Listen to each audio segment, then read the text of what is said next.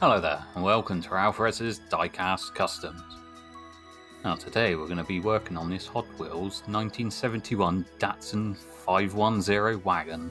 Quite a mouthful, that one. Anyway, it's quite a cool looking car to begin with. Not too sure on the red paint on it and the design with the Momo and Kaido house on it. Not really my sort of styling, so we're going to go with something a bit different with this one. So let's just take a closer look at it in the meantime. Yeah, pretty cool looking thing. I do like these Japanese cars. Some of my favourite to work on. As opposed to the American muscle cars, which I'm really fond of as well. So I've already taken the time to drill the base out on this one. Start off with a 5mm drill bit and work up to a 2mm to remove the meaning bit the head off. And we just use these 5mm self-tapping screws to screw the base back on.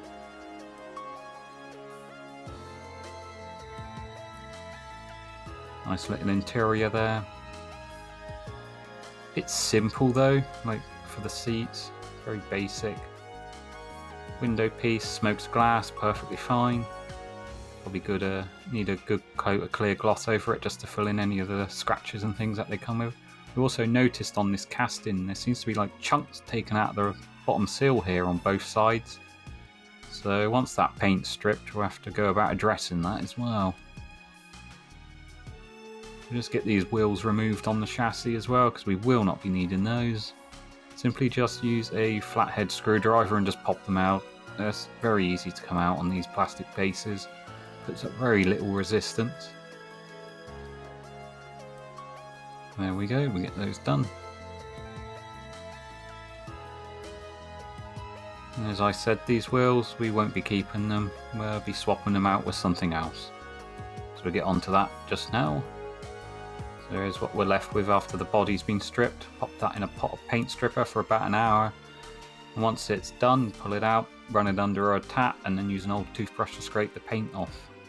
That's what you're left with. You can also see the wheels I've gone with there, some white Real Riders. Looked really nice with the way it sat, so I like that. And yeah, as we can see, it seems like there's a bit of damage to the casting. That was underneath that paint. So we'll just go about filling that in.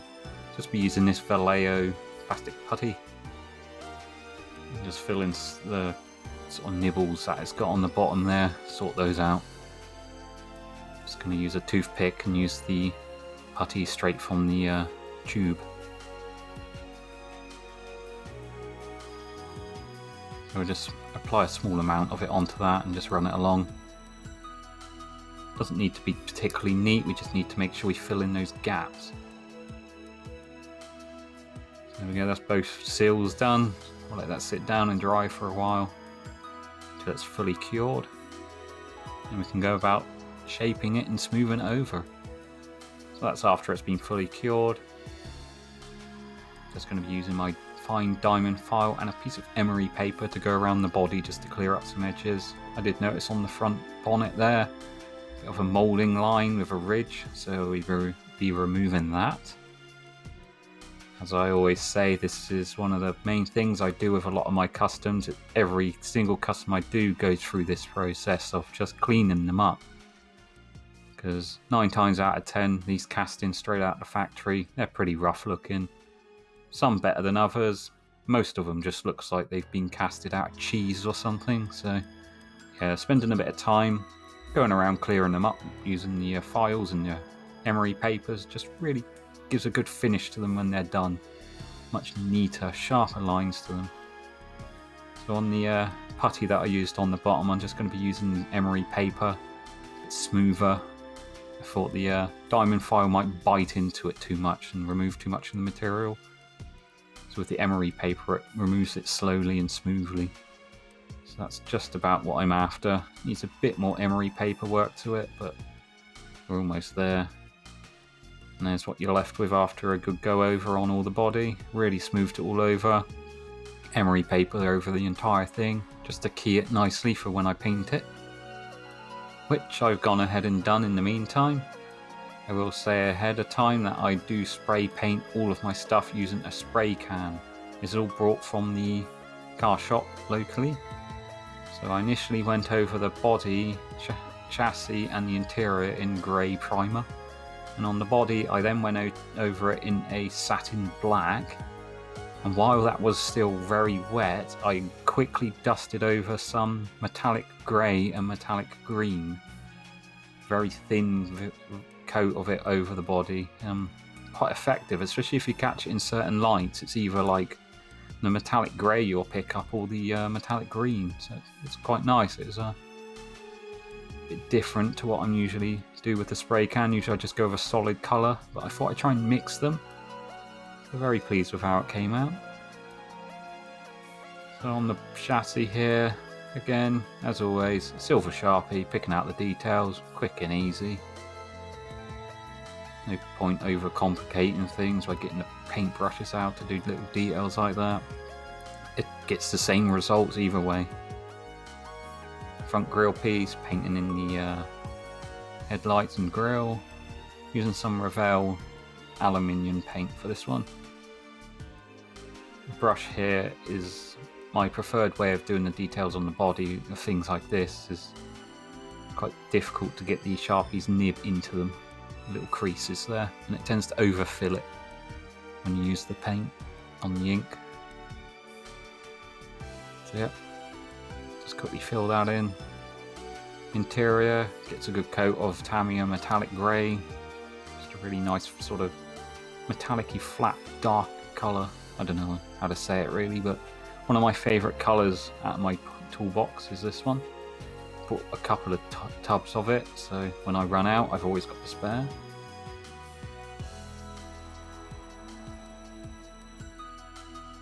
Yeah, just making sure I go over all of that.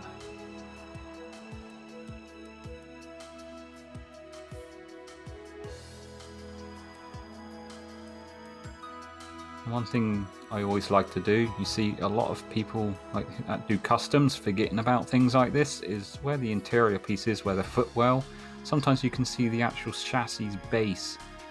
I do like to go in and paint the base area in what colour I used on the interior, just to tie it all in a bit better. Sort of things like that you can sometimes see when you look through the windows, and even if you can't, you know it's there, so you may as well take care of it. Headlights, I'm just filling in with some flat white, just straight onto a toothpick. I find the precision of using a toothpick very good for things like this on headlights. To just put a blob of it on the toothpick and move it around.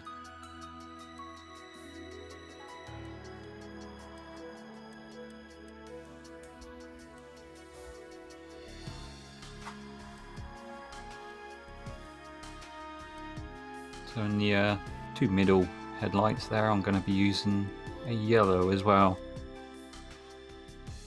Just gives a bit more detail to the front end of it. Makes it look a bit more interesting.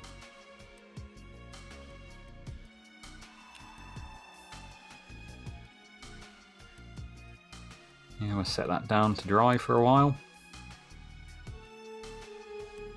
We come back to the body now. We're going to be using this liquid chrome pen from Molotow. I'm going to be picking out the window sills with this in chrome. It's another thing that I do like to do on a lot of my customs, is pick out details like this around the windows. It just really gives it a bit more depth and definition. I like to use these helping hands here just to support the body while I sort of paint it on there. As you can see, I'm gently just going around all the window rims with it.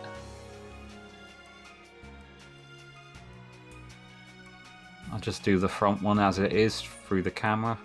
Quite challenging trying to do it through the viewfinder on the lens there, but managed to get it done.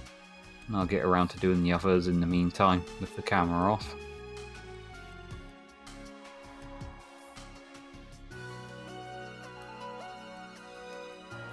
I do like how that paint's come out. It's going to look really great when it's got the clear coat on it. That really ties it all together. So yeah, there's the chrome pen added to some more areas. I did it on the front grille, side and rear windows. Now, as always, you know I love my Citadel Nuln oil, and this one will be no exception. I'll be using on the front grille to pick out a lot of the details here. You'll notice it looks quite flat and simple, as it is without the Nuln Oil, but once you give it a few good coats of this, it really just makes it pop, makes everything stand out, and make it look quite realistic, like a miniaturized version of the car itself rather than just a toy, which it essentially is anyway. But you know I like my detail. I do like to put little things like this into it.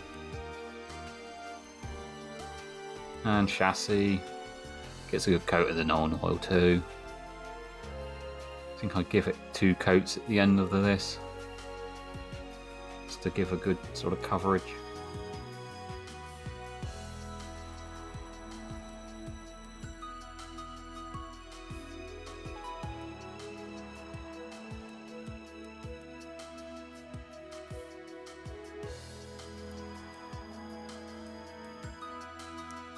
Interior piece as well, Nuln Oiled. Like nothing escapes that stuff for me. Pour it on my chips every day, to be honest, if I could.